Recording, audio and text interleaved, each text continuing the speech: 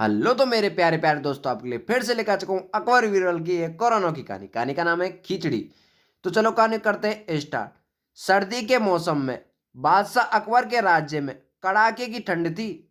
जब अकबर और बीरबल एक तालाब से गुजर रहे थे तो उन्होंने देखा कि तालाब जम गया है।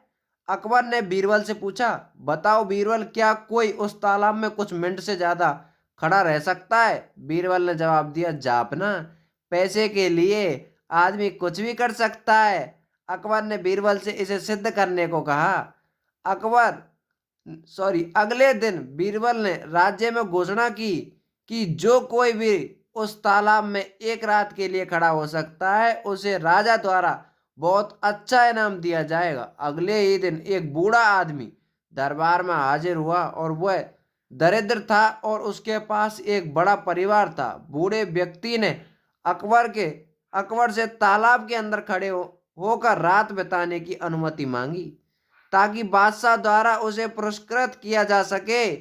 अकबर राजी हो गए। सारे इंतजाम कर दिए गए। शाम को वह आदमी तालाब के अंदर गर्दन भर पानी में जाकर खड़ा हो गया, यह सुनिश्चित करने के लिए कि बूढ़ा व्यक्ति धोखा ना दे। एक पहरेदार रखा गया था। अगली सुबह पहरेदार उस वृद्ध को दरबार में ले आया और सारी रात बर्फ में ठंडे पानी में रहने के कारण वह आदमी कांप रहा था। अकबर ने पूछा, ये बूढ़े आदमी, तुम इतनी बहादुरी कैसे हासिल की? उस आदमी ने जवाब दिया, हुजूर, शुरुआत में यह बहुत कठिन था और मैंने हार मान ली, लेकिन तभी मैंने दूर तक एक दिया जलता हुआ देखा। उस रोशनी की गर्माहट के बारे में सोचता रहा। इसने मुझे रात पार करने में मदद की। इस पर अकबर ने उत्तर दिया, धोखेबाज, तुम पानी में रहने के लिए दिए की गर्मी का इस्तेमाल किया। आपको मुझसे एक पैसा नहीं मिलेगा। उन्होंने दरबारी से वृद्ध को ले जाने के लिए कहा।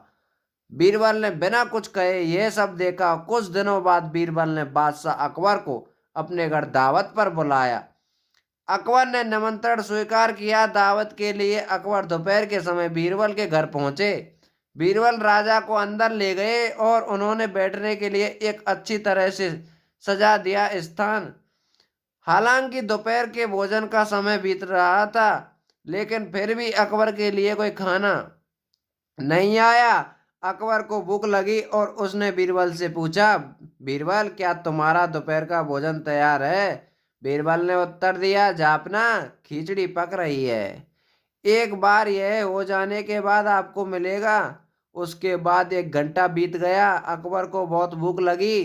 पूछने पर बीरबल ने फिर वही उत्तर दिया और अब अकबर अपने आसन से उठे और खाने के बारे में पूछताछ करने के लिए अंदर चले गए। उन्होंने देखा कि बीरबल आग के पास बगीचे में खड़े हैं और लेकिन आग पर कोई बर्तन नहीं था। यह देखकर अकबर आश्चर्य हो उठे।